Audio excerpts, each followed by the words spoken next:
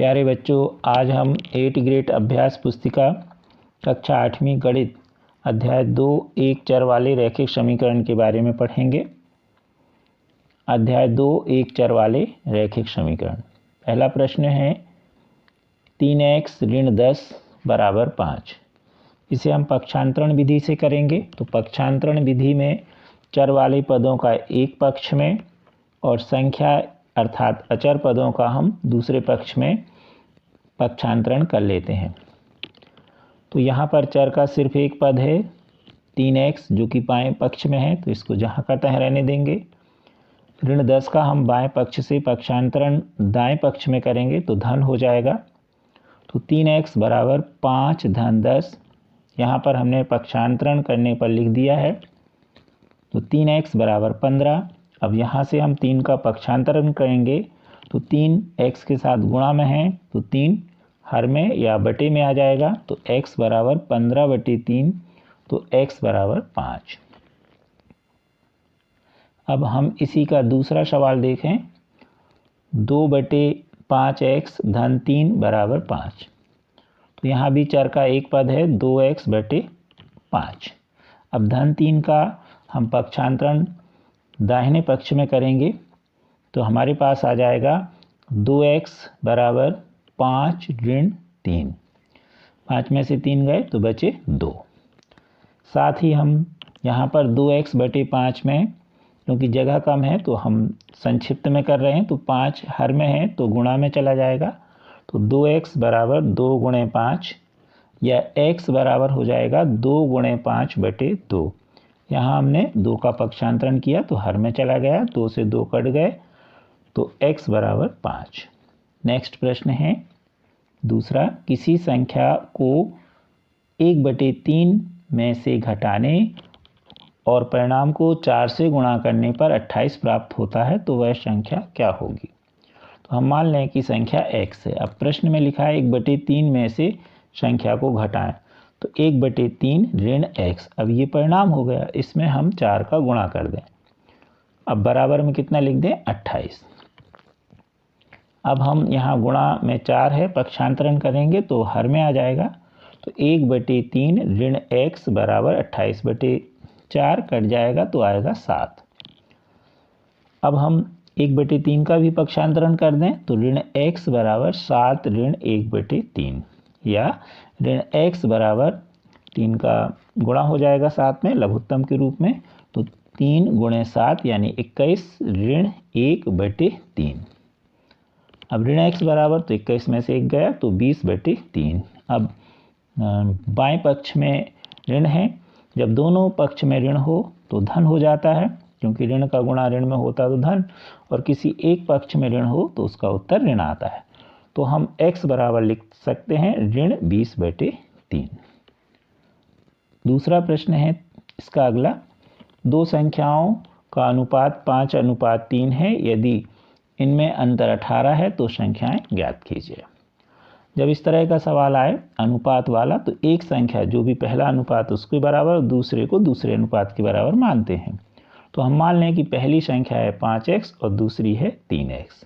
अब इनमें अंतर कितना है 18, तो हम लिख देंगे माना कि संख्या 5x और 3x है। अब अंतर मतलब घटा दें, 5x ऋण 3x बराबर 18। आगे हम हल करें तो हमें मिलेगा 2x बराबर 18 या x बराबर 18/2, पक्षांतरण कर दिया 2 का, तो x बराबर 9। अब संख्या क्या मानी थी हमने 5x, तो पहली संख्या हो जाएगी 5x बराबर 5 कोष्टक में 9x का मान रख दीजिए यहाँ से, तो हो गई 45।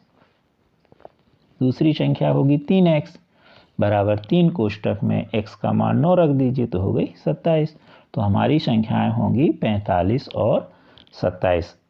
अगर आपको उत्तर चेक करना है तो आप उत्तर भी चेक कर सकते हो, क्योंकि उन्होंने कहा है कि अंतर कितना होना चाहिए आपका 18।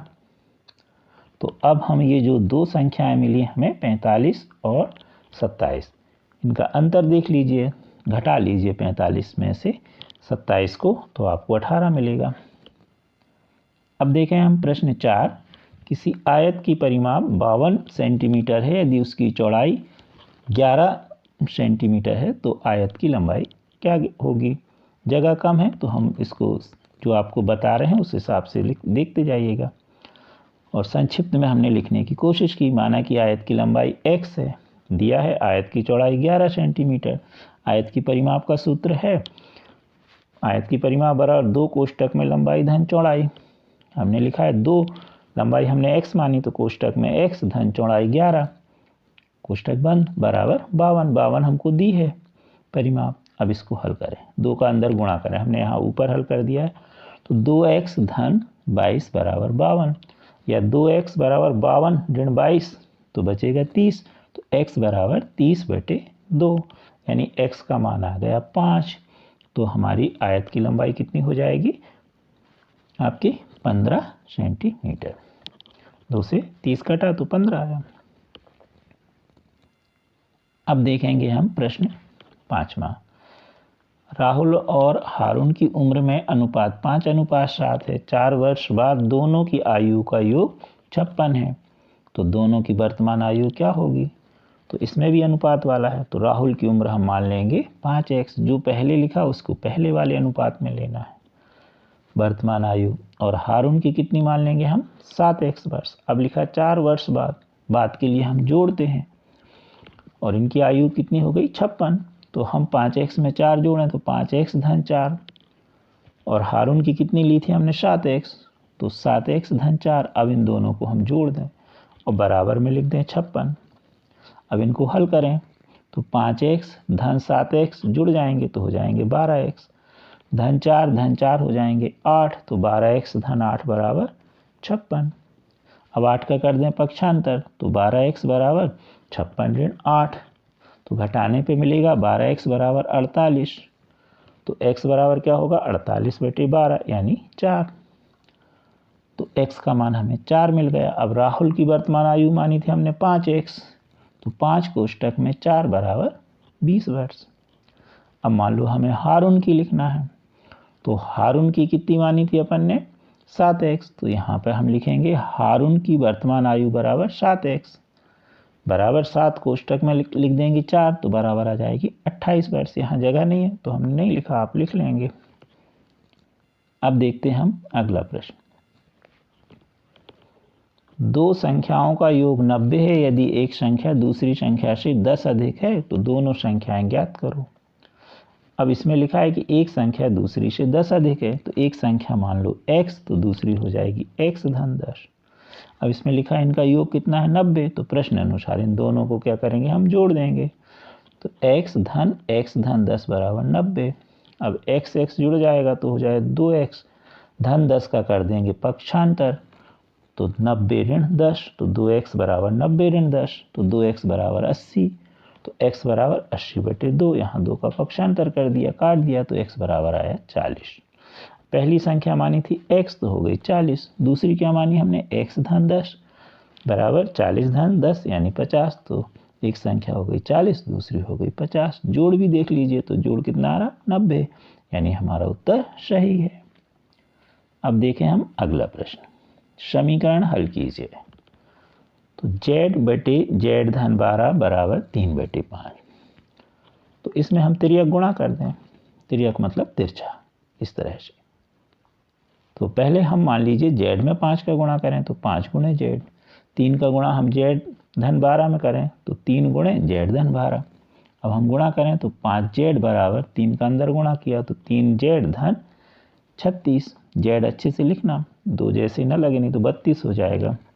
अब 3z का हम बाएं पक्ष में पक्षांतर कर दें तो 5z ऋण 3z बराबर 36।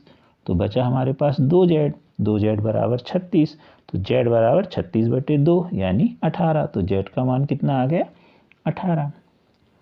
अगला प्रश्न है हमारा 2 अंकों वाली संख्या में अंकों का अंतर 3 है।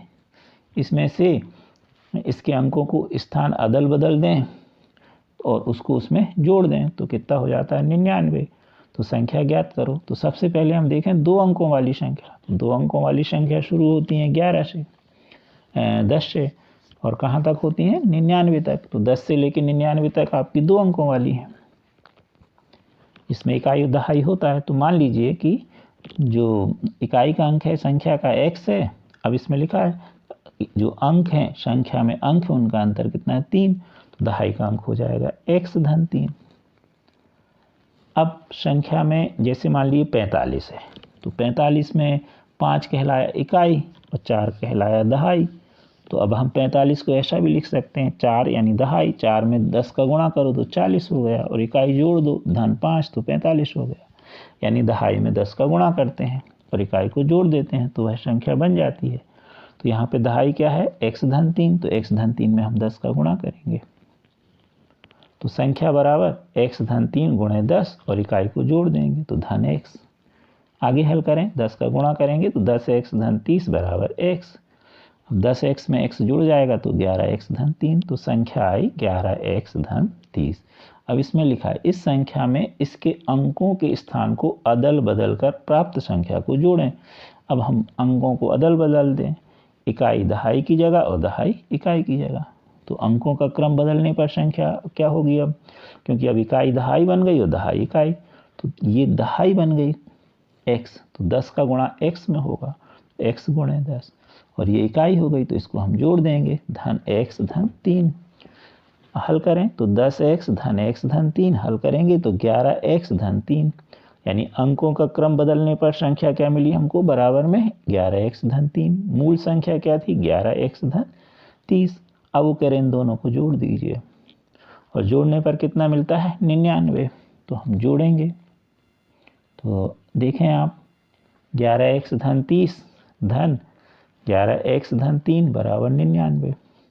11x हो गए 22x, 30 और धन 3 हो गए 33, धन 33 का कर दीजिए पक्षांतर, तो 22x बराबर 99 ऋण 33, घटा दीजिए तो 66 बचा। तो 22x बराबर 66 या x बराबर 66/22 काट दीजिए तो 3 आया, तो x बराबर 3, तो x का मान हमारा 3 आया। अब हमने संख्या में इकाई मानी थी 3, तो इकाई का अंक x बराबर होगा 3। दहाई क्या मानी थी हमने x धन 3, यानी 3 धन 3 बराबर 6। अब संख्या लिखेंगे तो पहले इकाई लिखेंगे, तो इकाई कितनी मानी थी हमने 3, दहाई कितनी हो गई 6, तो हो गया 63। तो हमारा उत्तर 63 आएगा। अगला सवाल देखें 9वां, विलियम और गुरदीप की वर्तमान आयु का अनुपात 5:7 है। 4 वर्ष बाद उनकी आयु का अनुपात 3:4 होगा, तो वर्तमान आयु क्या होगी। तो अभी पिछले प्रश्न की तरह हम पहले विलियम की मान लेंगे 5x और गुरदीप की मान लेंगे 7x। तो हमने लिख दिया, माना कि विलियम की वर्तमान आयु 5x वर्ष, गुरदीप की 7x वर्ष प्रश्न अनुसार। अब लिख रहे 4 वर्ष बाद, तो 5x धन 4 हो जाएगा किसकी, आपकी विलियम की, और गुरदीप की कितनी हो जाएगी 7x धन 4। अब अनुपात का निशान लगा दिया, बराबर में कितना होगा 3:4। अब इसी को हम बटे करके लिख दें, तो हम बटे करके लिखेंगे तो हमारे पास आएगा 5x धन 4 बटे 7x धन 4 बराबर कितना हो जाएगा 3/4। अब 5x धन 4 में यहाँ पर 7x धन 4 नहीं लिख पाया तो यहाँ लिख लीजिएगा। अब त्रिया गुणा कर दीजिए, तो 5x धन 4 में 4 का गुणा होगा और 3 का गुणा किस में होगा 7x धन 4 में, तो गुणा हो गया। अब 4 का गुणा अंदर कर दीजिए तो हो गया 20x धन 16 बराबर, यहाँ 3 का गुणा कर दीजिए 21x धन 12।